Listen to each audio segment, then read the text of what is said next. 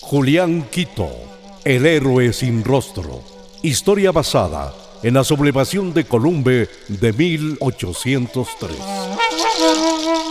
En la parroquia Columbe, dentro de las manifestaciones culturales que posee la parroquia, son sus juegos populares, el deleite de grandes y chicos, y acompañan el diario vivir de sus pobladores. Las pelotas de trapo, las bolas de acero y los cocos, las canicas, la rayuela, los trompos, las cometas, las llantas, las ollas encantadas, el palo encebado son algunos de los juegos.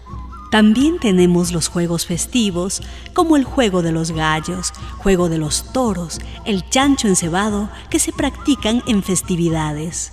Los juegos rituales para acompañar en velorios, como el chungay, el sombrero turbay, el mocho, los gallos, el juego del conejo. Ven y conoce la parroquia de Columbe.